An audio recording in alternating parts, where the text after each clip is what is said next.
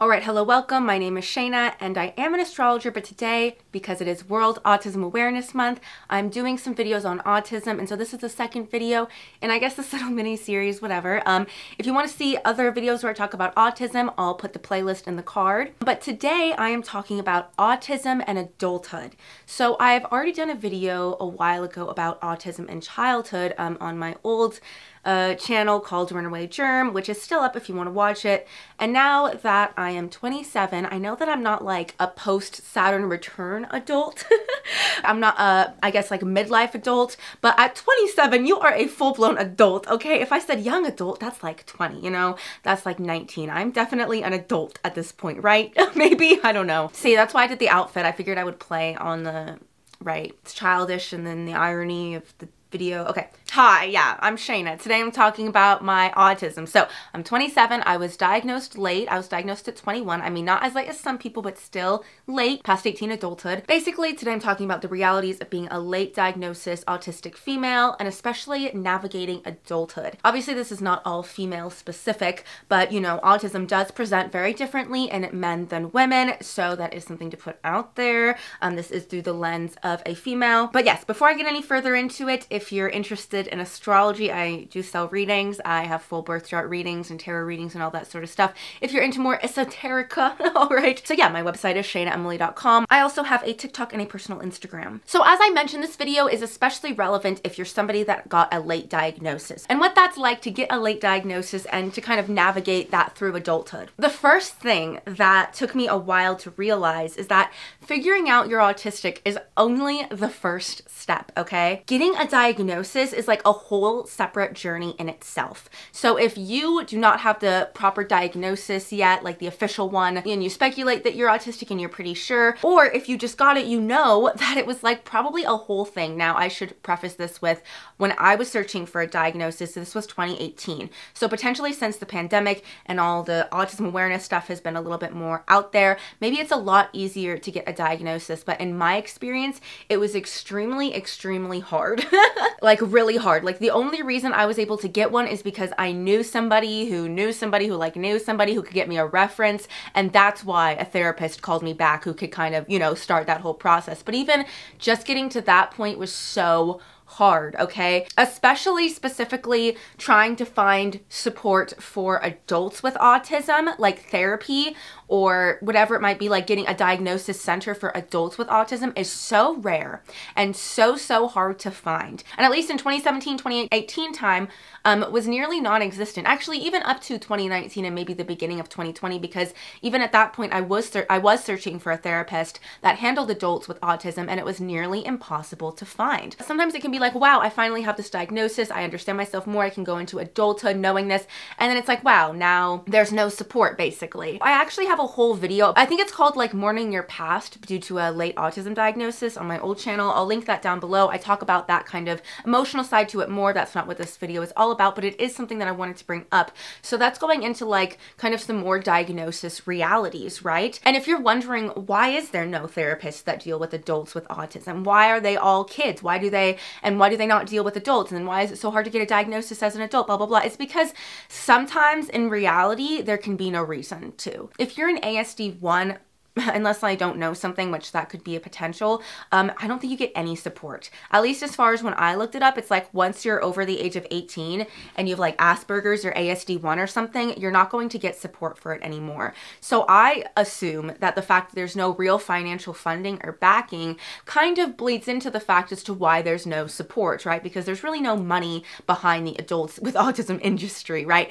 There's probably more money in it for everybody in the kids with autism, and so that's where everybody's going to flock to. Not only is there not support, but as I mentioned, it's so hard to find a therapist that deals with adults with autism. And I should mention that I was looking for this stuff in Las Vegas and Los Angeles. So two of the most major cities. It's not like I was in some small town trying to find some like niche adult autism therapy. No, if it should be any place, it should be in Los Angeles, right? It just didn't exist, you know, and I'm sure it's still like that. The support options are very limited. It's basically therapy that you pay for, and good luck finding somebody that even understands what adult autism is. Let's move on to the next little diagnosis reality of being an adult with autism. Your parents, family, and friends probably aren't going to be as supportive initially as you would hope.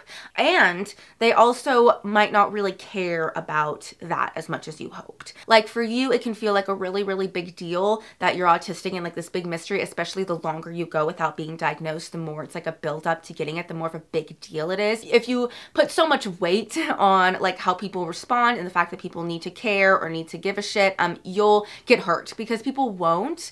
Obviously there'll be a few people close to you that do really care and want to take that time. But for the most part, and I kind of touched on this in my previous video, no one really cares if you're autistic, and you kind of have to make them and teach them, and you can't expect them to do it on their own. And that doesn't mean that they're a bad friend or a good supporter or a bad supporter. It's just the reality, right? So if you want them to know about autism and you and why it matters, you need to tell them. You can't just expect them to understand, right? Just because now you feel understood by autism, that doesn't mean that they understand autism, you know? And especially in the day-to-day world, if you've already established yourself career-wise, or in a family or in relationships, whatever it is, if you've already established yourself and what you're like, and then you find out you're autistic, people's expectations might not change as much as you'd expect them to, or people might not adjust their behavior as much as you would like or expect them to. You might still be held, especially in the workplace, you're probably going to still be held to the same expectations. And even if you do tell them that you're autistic, what do you do with that information? They don't really know what to do with that information. So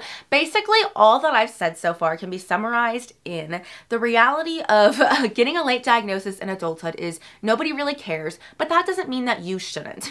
Okay, this is a big deal for you. This is important to you, and that's all you need to focus on. You can't control how other people respond. You can't control how the outside world takes it. You can't control how society sees you or how much society or how little society cares or supports you.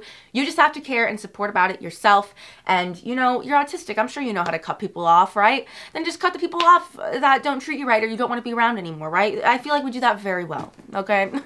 Now let's go into actually navigating adulthood. So the first thing I want to talk about, navigating adulthood while having autism, especially I have ASD1, so I can only speak to ASD1. This is a video more about autism spectrum disorder 1, right? The first big category is jobs. How do you navigate jobs, okay? So obviously when you're autistic, there are major strong suits and downfalls when it comes to working. However, I don't think it's all downfalls. I really do think that autism and capability go hand in hand, right? You know, I think ASD1 people can be very capable people. We can learn things fast. We have a high potential to understand and especially like repeat a task in a perfect or very similar way and get a very similar outcome each time because we do better with repetition, honestly. However, while autism and capability work well together, autism and sociability definitely do not. And so that's where the downfalls come with jobs. Like I know when I was young, I was like, I'm going to be such a great worker. Everybody's going to love having me as a coworker. I am so good at my work. But I never, ever, ever, ever, and I think this is a very autistic thing, once put in consideration that people get hired for their personalities, or that somebody could ever get hired for their personality, or even that a job would prefer somebody with a better personality but worse work ethic than somebody with a good work ethic and just, you know, moderate personality. Obviously nobody's gonna want the bitch, you know, or just a fucking asshole around, but you know, maybe they're not the most bright, shiny personality in the workplace, but they have a great work ethic. Obviously, you're gonna favor the person with the great work ethic. No, that is not true. That's taken me until literally maybe last week or something to fully wrap my head around how much that wasn't true. You know, first reason why people are hired, nepotism. Second reason why people are hired is personality. Like obviously not for a literal doctor, but even maybe, like God knows, you know, I'm sure it's all about like who you know and your residency and this person, and then you get to learn that, you know, I'm sure it's like the same fucking networking connection thing too as everything is, right? I don't know. But basically the fact that autism and sociability do not do well, you know, we have more trouble in groups and around mass amounts of people, that unless you're working a job that is just you or is, you know, it's a very isolated job, maybe you're part of a greater unit, but you know, you rely on yourself more. If it's not that kind of job, it's probably going to be really hard on you. If it's at all kind of job where their personality and if the boss is like you and if sociability takes place, which all jobs are like that, it can be hard to rise through ranks just because it's really easy to get on people's bad sides as somebody with autism. There's also, I think, a big thing with people that are on the spectrum, especially females on the spectrum that are ASD1, that we get pegged, I think, for the wrong jobs. I think that we look like, oh, we're a girl, so we should get this job or this job, and this job is maybe better suited for us. It rarely ever is. Usually it's the job that we don't, I think, look suited for, or that people would expect to put us in that position, or expect those to be our strong suits, right?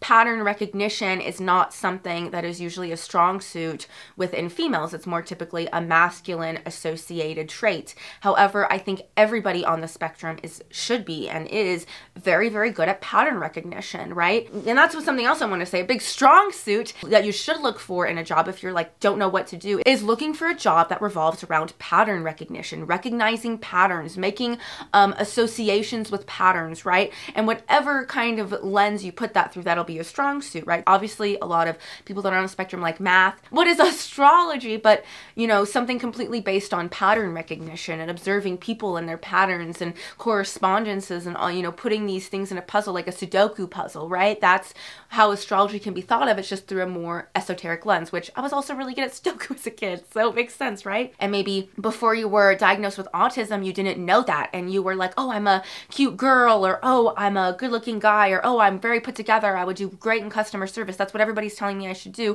but that's maybe not what you should do as somebody with autism. That's probably not going to be your best strong suit, unless the customer service is just like telling somebody what they're doing wrong and telling them how to do it right, in a very blatant, strict way. But at that point, you're just a judge, and at that point, that's just pattern recognition. So there you go. Kind of swooping back, never being a personality hire will definitely bite you in the ass, and you're more likely to get fired because you're not a personality hire, because, oh, you know, this person's a good worker, there's a billion good workers, but there's only one Jill, John, or Susie that is this great personality that we love, you know, we like them, we want to keep them around, maybe they do things for you, maybe they suck up to them, or whatever it is, and that's not something that autistic people have the tendency to do.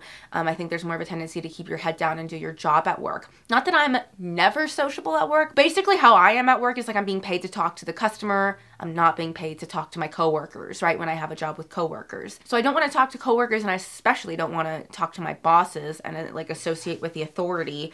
And that definitely hinders me a lot and causes a lot of authority issues. And I have a feeling that a lot of adults with autism, especially females, can really, really relate, especially like struggles with group politics. And that can even cause you to get fired or ostracized a lot at work. Again, most of the problems when it comes to autism and the job is not the actual work itself, or at least that's not what I find. I find the jobs are usually very easy. However, I always feel like I'm in a job that I'm ill-equipped to handle socially, that I don't understand what's going on socially, and I can't figure out why I'm not doing well at, and it's all because of the social stuff. And it also has to do with the group politics, right? Within group politics, there's like, oh, this is the right thing to do, this is the wrong thing to do. So it just leads to a lot of ostracization at work, which again, if your peers are your leads, can cause a lot of problems and affect you a lot in the job. So if you're somebody with autism and you're wondering, oh, I'm at this job, why am I not getting a raise? Why am I not getting a promotion? Why is this not happening? I'm the best person there. I'm one of the best people there. It just has to do with the fact that for some reason, someone up there doesn't like you or doesn't take to you as much as they take to somebody else that has the personality that they want, whatever it might be. Group politics, right? It can be a big issue because you see something done wrong in the workplace and you're like, oh, this is so fixable. They would love it if I just told them how to fix it and do it right. This is so much easier. It takes less time. It takes less labor. It costs less money. They must love it. This is what the autistic person is thinking. They must love it if I would tell it to them. No, they don't want you to tell them that stuff. And it's so confusing how people get so offended if you tell them a better way to do something. You'd think they would be so happy because it makes their life easier, but it hurts their ego because they didn't figure out how to do it first, and so they don't want to do it and they don't like it and they get offended. And especially if they're your boss, they don't want to hear it from you, who is below them. And so you'll just wind up doing things in almost every workplace that is just so inefficient and so frustrating. And sometimes it can be this way with coworkers too, like, why does this coworker do it like this? Is, you know, and that can cause a lot of issues, cause a lot of problems, because there can be frustration within the groups and the group politics. You know, I'm sure you guys all understand what I'm saying, and I'm sure you guys have all had very similar experiences with one of these or all these things within the workplace, and I'm actually curious to know your stories because every single job story that I'm thinking of is coming to mind. Okay, now moving into social life, and honestly, loneliness. Loneliness is going to be a big theme of your adulthood when you're autistic, because now you're probably out of school, and more than likely you don't want a job that has a bunch of coworkers that you're interacting with 24/7, you know what I mean? You know, the same people over and over. You might not like that, because there's just less of a force and push to be social. You'll just have less of a network, you'll just have less people around you, and especially when you're autistic, it'll be a lot harder to kind of reach out and start and form those relationships and find people. There's going to be less of a want to look for that stuff. Like, I remember the most laborious thing ever was when I was in my early 20s and was like wanting to hook up with somebody or wanting to meet people or anything, having to like go online and do dating apps. It wasn't like I'm as against it, I just hated it so much. It was I having to talk to people on text, initially start a relationship where things are weird and you're not like just comfortable with the person, and like I'm very out in the open. Like, all my friendships that have probably been successful are probably the other people that also just put themselves out there and approach me and are like, hey, I want to be your friend. Like, that's probably the only way. That's rare, right? Those people are rare. And so for the most part, your circle is going to be so small, especially because maybe a lot of your friends, let's be real, a lot of your friends are maybe from school, from your past, and you've probably changed a lot. You probably have had problems with the relationship since then. You've probably gotten into a lot of relationship quiffs, and you probably lost a lot of those friendships. Or maybe you tried to live with one of them, and then, you know, the whole friendship and roommates, and especially when you're on the spectrum, it just makes it so much worse and so much harder. We can be really bad roommates, and we can really have a lot of struggles having roommates too, right? It is what it is. Like, straight up, I'm not the best roommate for most people, and I hate most people. I wouldn't hate to live with them, you know? Again, there's probably even less relationships that you have the older you get. And so loneliness definitely comes into play. But a big thing to take yourself out of is don't put so much pressure on yourself. Just because maybe there aren't many people around you doesn't have to mean that you're lonely, right? Maybe that was just told to you. We were told we have to have a certain amount of people or a certain social life or this and that, but just it's about what makes you happy. And if you're actually feeling really lonely and you really are yearning actually for human connection, then you're going to have to put yourself out there and force it and push yourself outside of your bounds. But maybe you're not going out and doing that stuff and pushing yourself out of those bounds because it's not that important to you, because it's not your priority, because yeah, it would be nice, but is it actually where you put your emphasis in life? And it's probably not. Like, I know for me, I have my boyfriend, and he is like good. You know what I mean? Like, that's what I need. And I have my dogs. Anytime I include more people, they make me so mad and let me down and make me sad and make me depressed and make me overwhelmed and make me anxious and make me frustrated and make me never want to socialize with anybody. So I'm like, I just need my boyfriend, you know? Not everybody on the spectrum is like that. I know some people on the spectrum don't like relationships. I've always been somebody that has always needed one strong connection.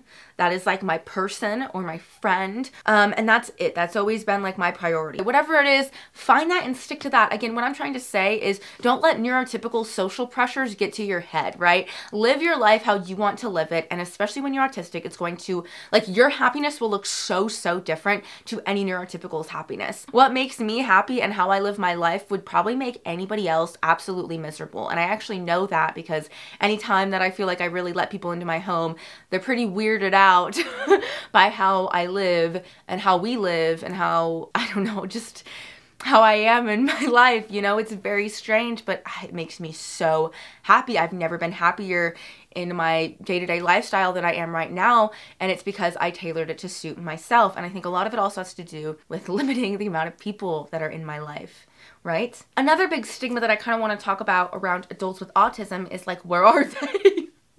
Do they exist?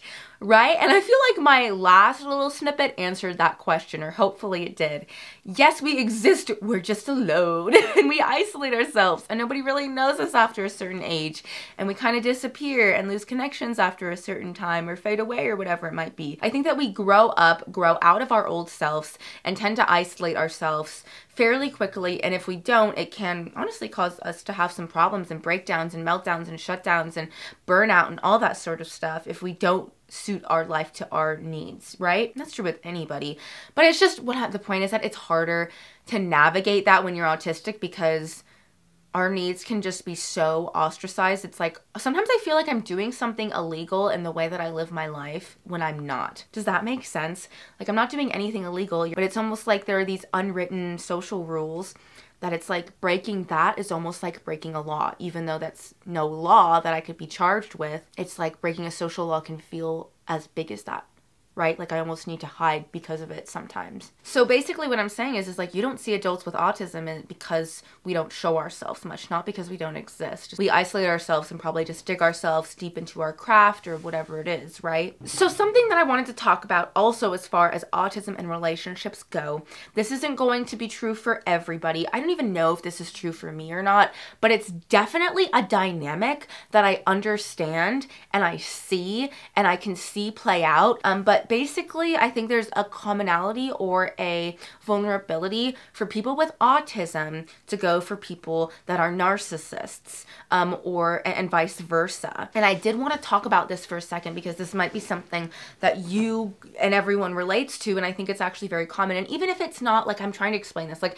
even if it's not me, the autistic, talking to them, the narcissist, but it's almost like people with these traits can come out, or this is what you can evoke in people, or this is what can be seen, or you'll understand what I'm saying. Basically what the dichotomy is I think that both narcissists and people that are autistic have similar things in that both of their disorders, I don't know what to call it, mental health stuff, has to do with sociability. And also a big criteria for these two is high intelligence, right? Both narcissistic people and autistic people, it's almost like there's a part of the box and lines in life that we don't see. Now, the ones that we don't see are different and we respond to them differently. And it creates very different personalities and very different people. But it's like there's this immediate connection between people that are more narcissistic and people that are more autistic, because there's this like, oh, you don't see what everyone else sees. Like you can see through it. Oh my God. And there's this relatability. And what we don't see are these like weird social lines, right? However, autistic people feel blind. Like I don't see these social lines and I'm blind. I couldn't see them if I tried. So I just have to act as myself and act like myself. And that's just what's going to happen, right? I think narcissistic people, or people that tend to be more on the narcissistic personality disorder spectrum, I'm sure it's a spectrum too, probably, you know, I think obviously I don't know firsthand experience, but I think they see those lines and point them out so clearly and then are able to exploit them and use them to their advantage, right? And I think that narcissists, though, their Achilles heel is their ego. That as much as they see that everybody else needs love and recognition and like how to exploit that in people, they also need that just as much as everyone else, right? Autistic people I don't think we need that. And that's why I think we're alone so much of the time, because we don't need that recognition. We don't need the same kind of affirmation. We do, but it's in a different way. It's a more intellect-based way. It's a less social thing, right? So with narcissists and autistic people, I think that there's a big ability for autistic people to be taken advantage of by narcissists, because at first narcissists are intrigued by the autistic person because they can't manipulate them like they can other people. You know, autistic people don't give the same facial responses and the same recognition and the same unless they actually want to. That has to be earned by somebody that's on the spectrum. And I think narcissists see that as a challenge and want to take that challenge, but get frustrated when they can't manipulate the autistic person as much, and then there's a lot of hurt feelings, there's a lot of misinterpreted motivations, and the autistic person and the narcissistic person can both wind up getting hurt. The narcissistic person, I think, can wind up getting hurt because they're just not getting that recognition that they need, so they get kind of butthurt and hurt, and they can also get brokenhearted if the autistic person leaves them, because they might realize that they cared for that autistic person more than they expected, but they didn't know how to handle it, because I think there is an immaturity that can come with narcissism. There can be an immaturity that comes with autism too. Are you kidding me? I'm not, you know, but you know what I'm trying to say. And you know, also with the autistic person, they're obviously going to get hurt because they're with a master manipulator and they don't know how to manipulate anybody or anything. I just don't know how to concoct these master plans on how to get even with somebody. I just don't know how to, so I just leave, right? I know I won't be able to get my justice, and then it's why would I? It's just a never-ending battle of this back and forth, and then everybody's miserable. I'm not a fixed sign. I'm not a Taurus, Leo, Scorpio, or Aquarius. So we just move on, but it's just we get so hurt because we feel so manipulated and so used. And the narcissistic person can get hurt too, because it's like, I thought that the autistic person cared about me more, and they can get more emotionally invested than they mean to. So it can be a toxic combination. It can be good in the ways that there's a lot of learning and a lot of intellectual discoveries. There's also something about the narcissistic person and the autistic person that both does have a lot of bolder confidence, but I think that the autistic person can just stand alone a lot stronger. So if you're in the relationship that I kind of might described and you're feeling used or manipulated by the narcissistic person, or by the person that might have some narcissistic qualities beyond that spectrum in some way, fuck it, I can say this, just know that you'll probably do better off without them. In the relationship, they're probably doing a lot better off, but once you separate, you'll probably do a lot better off without them than they'll do without you. So just keep that in mind. So let's talk about some emotional realities of autism and adulthood. Some realities that are hard to face is that just because you're aware of these autistic traits, you know, oh, I'm aware that this is why I have meltdowns. I'm aware this is why I have problems with sociability. This is why I have problems with awkwardness or executive functioning or whatever it might be. Yes, awareness is the first step, but it's just the first step. Like, there's a lot more steps after that. And if you're autistic, it can be truly impossible to cure or solve or fix all these things. You can definitely better regulate them. You can definitely better handle them, and you can definitely better manage them. And that's what the next steps are after acceptance and, you know, recognition. But those steps are hard, and it's not always in an upward motion, right? It's basically healing, right? When you're trying to handle these, you know, tougher emotional traits of autism in your adulthood and grow up or grow out of them, right? It's not always like that. It's up and down the way these things go. Oh, I'm really good at handling my meltdowns. So I don't have meltdowns. I haven't had one for a while. Now all of a sudden I have a bunch and it's always going to be like this. No, things, you have to recognize that things go with an ebb and flow. But because of that, don't get too comfortable when things are perfect and great, and just don't think that your autism's gone or it's not relevant, okay? Things come in cycles, things come in swings. You know, I believe in astrology. So, you know, if, you know, things are touching my Venus or my Mercury in a negative way, I'm probably going to be more autistic or show more, you know, autistic symptoms or signs, because those are placements that I know in my chart are, you know, correspondences to my autistic traits. I can point that out, right? So I know that, so things ebb and flow, right? And so even though you can't fix these traits, right? You're aware of them and you want to just be able to snap and fix them and make them better because now you know. It's not like that, okay? But that doesn't mean that it doesn't bring so much more self-acceptance and understanding and peace of mind, because it does. And that peace of mind alone will help things in itself. Like that peace of mind of being like, at least I can identify this, label it, put a name to it, understand it, relate to it, relate to other people with it, you know, not feel so crazy and out of bounds with it. That peace of mind alone will help quiet things a little bit, but it doesn't solve it. Having realistic expectations, right? And also just wanted to say that meltdowns will always be a reality. And I don't want to hear that. I don't want to believe that. And people around me don't want to believe that, and they don't want to hear that. But it's just true. Even like mini meltdowns, they can display differently. Some can be worse than others, but like, you can tailor your life to make you happy. And you can tailor your life with autism to like, oh, you know, I know that this works better with me, that I should organize my day like this, organize my life like this. And then, you know, it's like tailoring it to your autism and it works out, right? Tailoring it to that helps, but also you can tailor everything perfectly, but emotional irregularities are still a faction. Life still happens, and meltdowns will always happen. Even if everything's great, even if everything's perfect, it's just like frustration will happen. Frustration will come up. And sometimes when everything's great and everything's perfect is when all the frustration and all the hard stuff comes up. Like a lot of times I will speak to clients with my readings, you know, also just in my life, I've realized that when you're going through it, sometimes that's the easiest time because you're just trying to get through the day and not deal with it. It's after the dust has settled, when things have, you know, when the cards have fallen how they've fallen and you're dealing with that afterwards, that's when all the emotions kind of come up, right, and come out, and that's when the meltdowns will happen. And that's also what's so confusing to people, because you're not, you know, that's not when the problem is going on, but that's just how things usually happen, especially with autism, right? So as much as it sucks, you know, you have to accept it, and the people around you will have to accept it too. And you can't make them accept it, but you have to let them know, like, if you want me to be in your life, this is a reality and it sucks. And I'm not saying that you should encourage it and be all like gung-ho about it, but also you belittling it or ignoring it or pretending it doesn't exist or yelling at it to not happen is not going to change anything. You know what I mean? It's kind of like we have to be in this kind of thing together. The more awareness with meltdowns comes better, like, how should I say, outcomes of meltdowns, right? And being prepared. Having like a little meltdown closet or like thing you punch or something, you know, meltdown thing, it just helps a lot. I have a few videos about meltdowns. I'll link those down below as well. All right.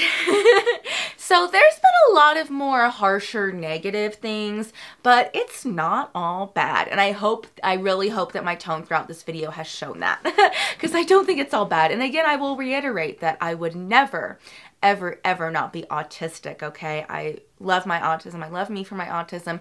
As I always say, they go hand in hand. You can't have one without the other. I'd be a completely different person, human, existence, everything if I wasn't autistic, duh. And so in that, there are a lot of positive realities about autism and adulthood. And the biggest one, as I've kind of touched on quite a bit, is that when you're an adult, you aren't obligated to do things. Now, obviously, you have to pay taxes, you have to pay this, you have to pay that, right? You choose your obligations.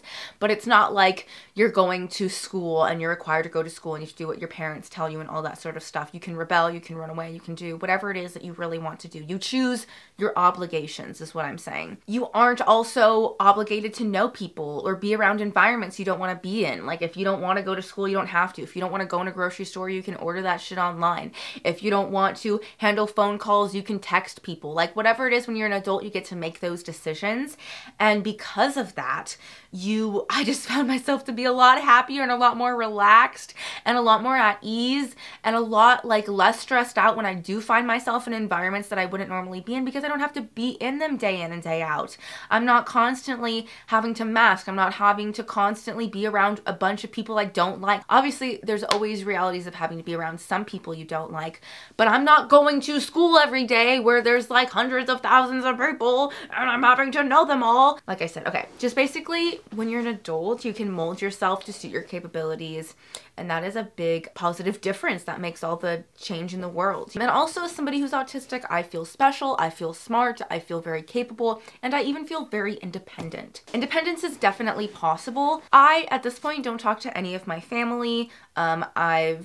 I guess, like, outed myself from that just because it's so much more drama than it's worth, and I don't even really like these people that much. You know, all the people that I feel like I really liked in my family and connected to died, right? And like, having to be under their power system and having to be under their rules and having to be under their expectations, specifically like my father's, is just like, why? Like, why am I wasting this energy when this person doesn't even like me? Independence is possible. If you think you're autistic and you need to be, you know, you need to have your family around because X, Y, and Z, like, yes, you do need support. No, I don't think you should just run out into the wilderness with absolutely no one and nothing, but you might need less support than you think, and you might be less dependent than you think. You might be more possible of independence than you think you are, and you might actually be better at making your own decisions than you think you are when you actually listen to yourself and your own wants and your own needs, because people that are on the spectrum have very strong wants and needs, so just listen to them.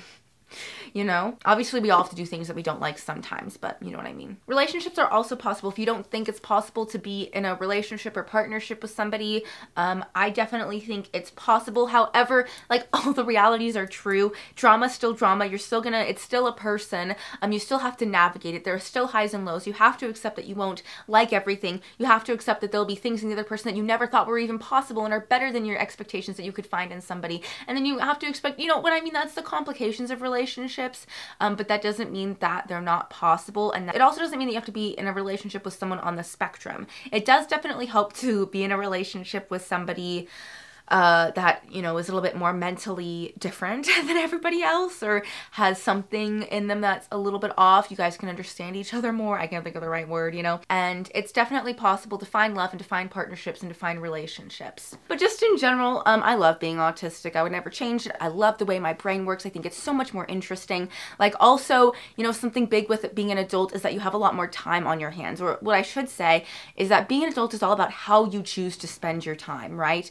what do you put your energy into? What time do you put into things? And there's honestly a lot of time to just sit around and think. You're also responsible for your own education, right? I just think when you're autistic, there's so much more things to think about. There's so much more time we can spend with ourselves, researching, learning, studying, entertaining ourselves, keeping our brain active, keeping our brain going, conversations we can have. Like, that's why normal society can just be so brain rotting and dull sometimes, but our brains can be so interesting and entertaining. I'm so glad that I feel like I can rely on myself to keep myself entertained and find my own way and teach myself. And I think that's a kind of independence that a lot of people that are neurotypical don't have. I can also even just go out to eat by myself and feel comfortable, right? But I definitely wouldn't change it. I think I'm so much more interesting. I've had such a more unique life trajectory. The people that are around me are so much more fascinating, and I just like how much more active my brain is. So basically, also the last thing that I'm going to say, even though I had all that stuff at the beginning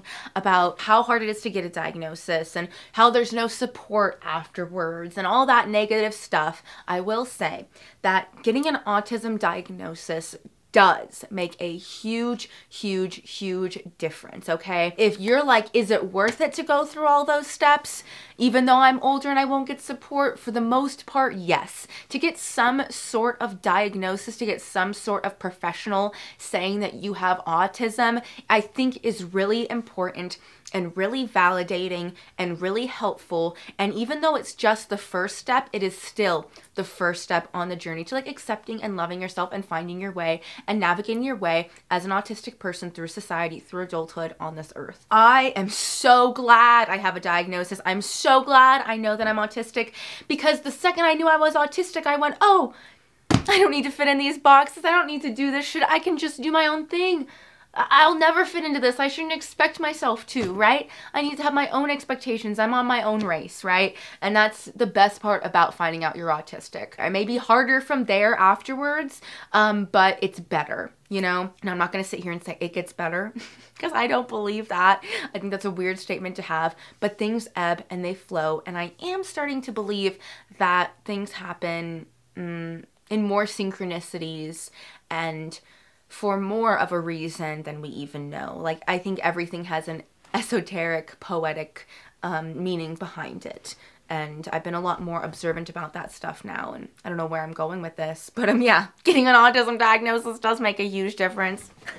Anyways, thank you so much for watching. I hope you enjoyed this video. I hope you got something out of it. If you're on the spectrum, maybe you resonated or related, especially if you're a female. Hopefully this felt a little bit more tailored to your realities of being an adult and navigating life through having autism. If you want a birth chart reading from me, if you're interested in the astrology, tarot stuff, I have a website, shainaemily.com. I also have a TikTok and a personal Instagram. Thank you so much for watching. Happy World Autism Awareness Month. And I still have one more video about autism coming up, but it's kind of a combination of, you know, autism and esoterica.